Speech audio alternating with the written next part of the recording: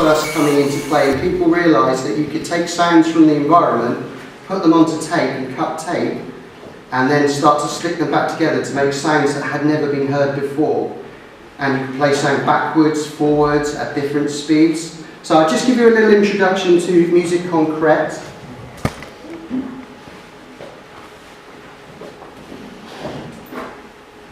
These The arrival of tape recorders meant even the most basic sounds could be transformed. Experimenting with music was no longer the monopoly of the imaginative musician. Even the earliest tape recorders could manage quite happily the faithful reproduction of 3 notes twanged on the piano. It was the possibilities for unfaithful reproduction which also caused excitement. On this length of tape are those same 3 notes.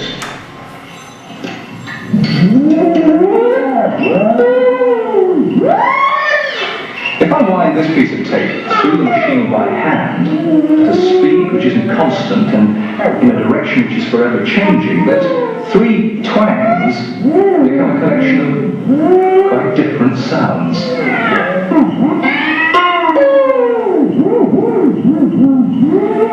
In fact, if we re-recorded this performance on another machine, I might end up with a sonata for 3 notes and tape recorder.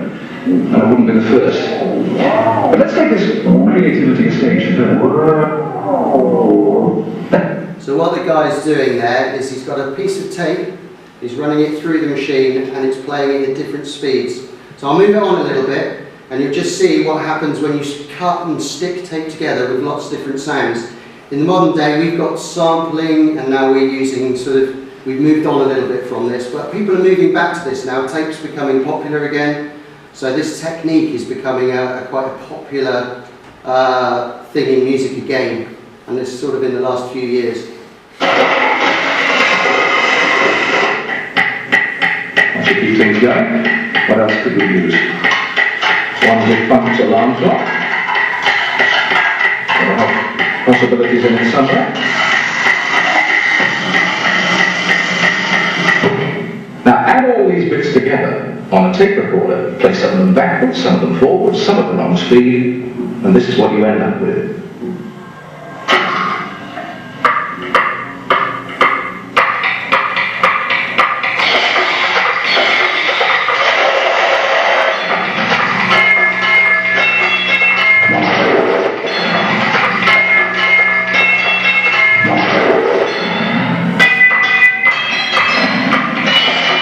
So what you get is pretty wacky, crazy sounds, but what was happening in the 60s and in the 70s was these sounds had never really been heard before. So what sounds quite harsh to our ear now, these were brand new sounds that were happening for the very first time.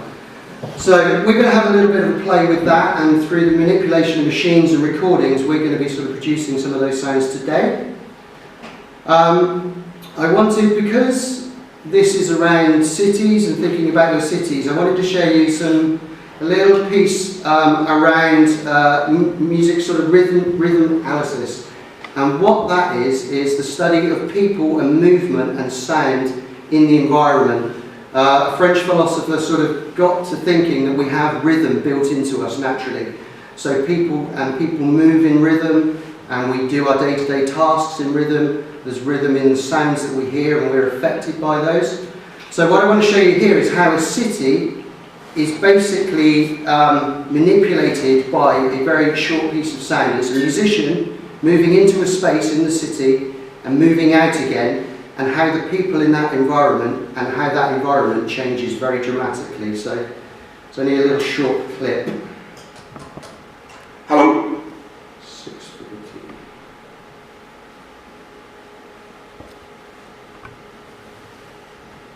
People watch for at least 5 minutes, and 365 people engage with the show throughout its entirety.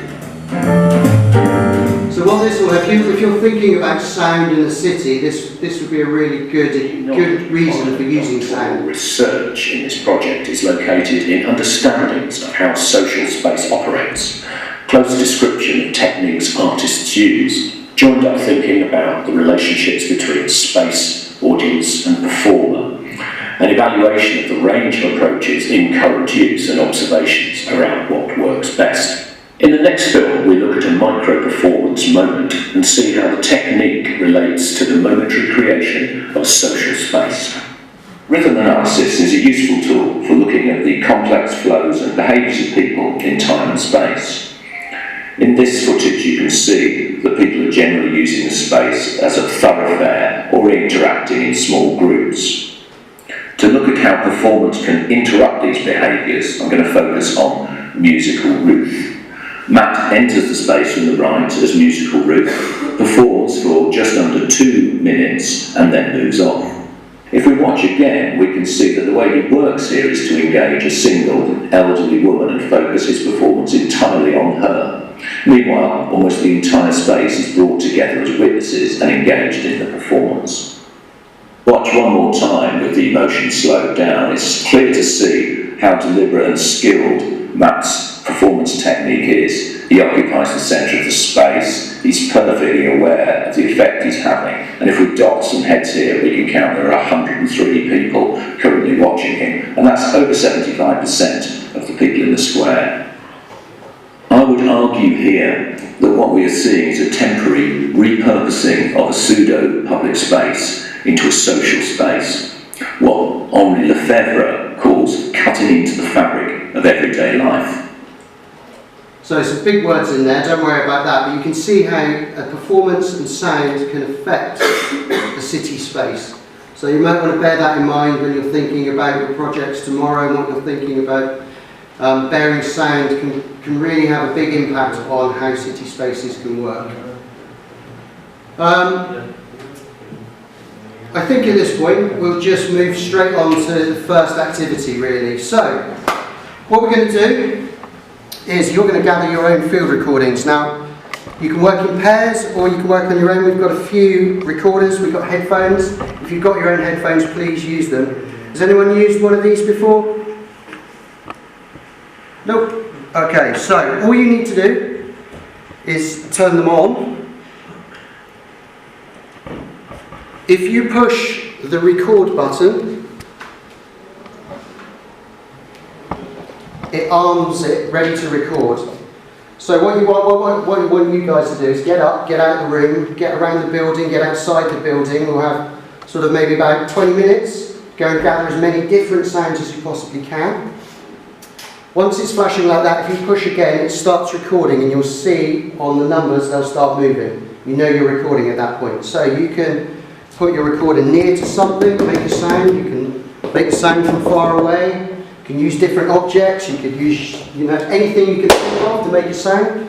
Gather sounds and we'll bring them back and then we'll start to manipulate those sounds through some of these boxes, and I'll talk to you when we get back. But really all I want you to do with these is plug these recorders back in, put your headphones in and just listen to the sounds and just turn knobs and discover for yourself what the natural sounds from the environment that you've gathered can sound like manipulated through boxes. And that really is the crux of sound design. Then at a later date those sounds can be recorded and put onto recordings or put onto film. So does that make sense to everybody? Does everyone know what they're doing? So we've got lots of headphones. If you want to work as a team, headphone splitter, they've got an input for headphones. So you just plug in, listen on your headphones and start to record. So if you want to come down, grab some gear.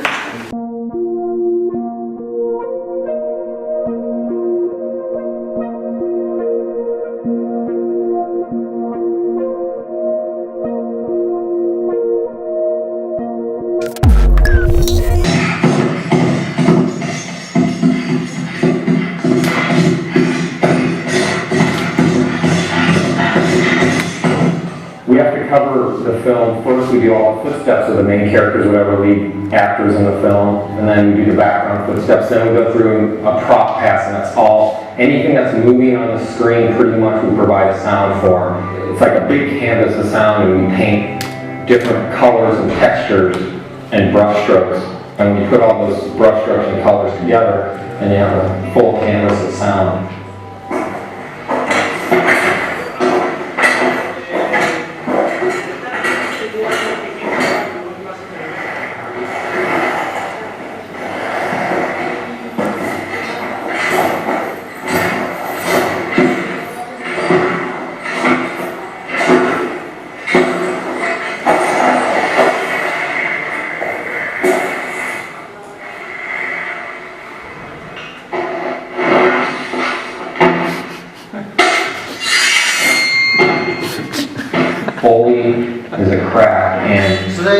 what you hear in the movies is not necessarily what you think it is. They can use some really interesting, weird objects to create some really interesting sounds that you just think are metal crashing, or there's a good example here, just with him bashing metal. I wanted to build these elements, hundreds of sounds for a scene like this, and these are like little paint brush strokes. This is just because the car's coming off a metal ramp. This is just giving you a metallic, ringing metal ramp sound.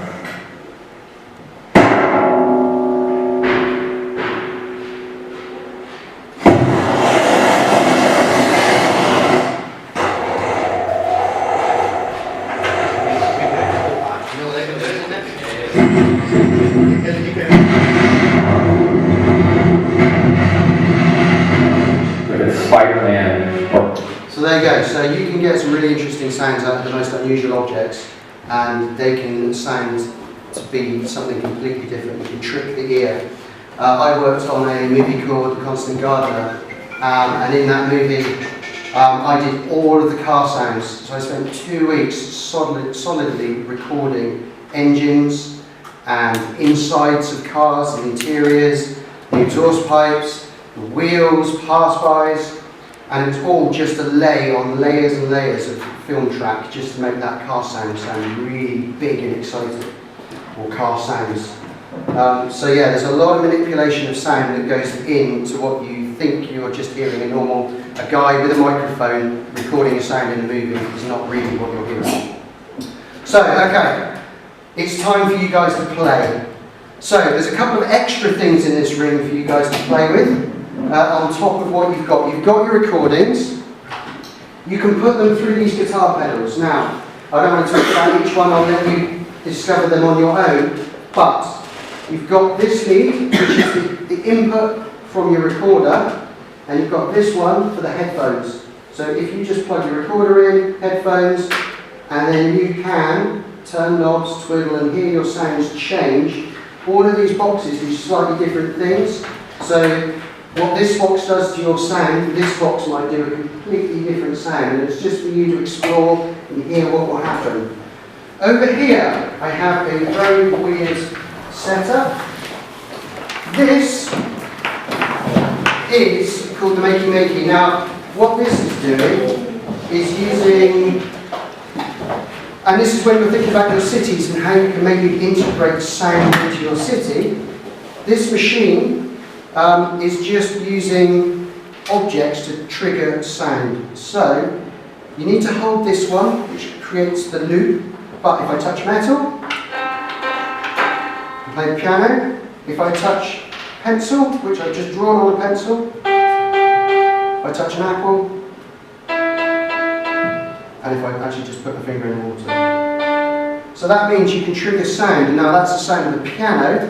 But it might be in an environment in the city that you might be looking, you might want people to have, somebody say something happy to them as they pass or it's triggered. So have a play with that. I'll put the headphones back in so everyone's on headphones and kind of won't end up with loads and loads of sound. So there's that one to have a go at. Also, I've brought this one for you guys to have a go at. So we're going to do a quick switch. This one's using cameras to manipulate sound. So what this does is this is a little micro camera, and what it will recognise is my left hand and my right. You can come forward, come and have a look.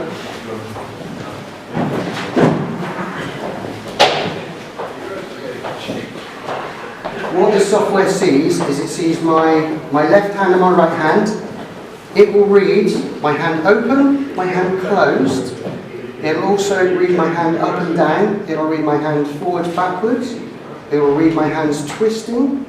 So when I put my hands over this, it says, these work. Yes, okay, so it sees my hand. Actually, can I have the lights on? Would that be right? Just so it's got a bit more to see me. So it can see my hand, it sees my left hand going in. Now what I've done, it's a bit glitchy. What I've done is I've manipulated, I've put that signal to sound. So if I run this, and again this is something for you guys to come and have a play with.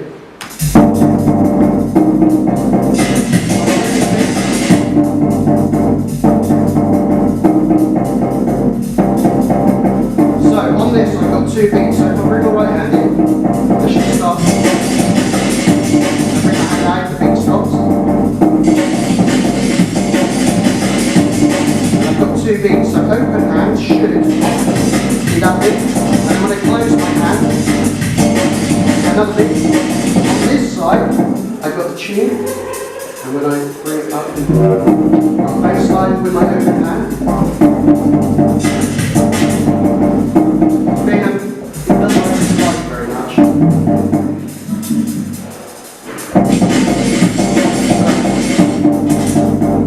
I'll let you have a little play. Experiment.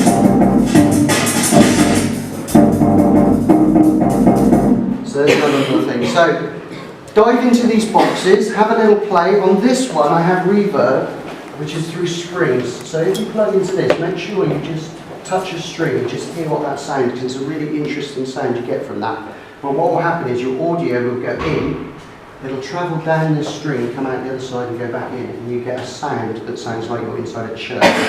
It's how a lot of guitar amps will have these inside, and it was originally made for organs, and it was developed by Hammond organ to give you that sound of a church. And if you're using this one, it's that little knob and that little knob will control the amount that goes through the springs. So have a little play with those. This little box, you can plug your headphones in, you switch it on, it makes crazy sounds. Just turn the knobs. If you want to go really crazy, you can just plug these into here. And just, doesn't matter, you can't break it, just plug things into it and it will just go crazier and crazier sounds. Just little knobs and just hear what it does. That's just a little box on its own. So there's a few things extra to play with. So now just use your recordings. If at any point you think, I really want to try something else with the recording, go back outside, grab another recording, come back in, try again. So now it's just time for you guys to explore sound, have fun with it, and just see where it goes. So, go for it.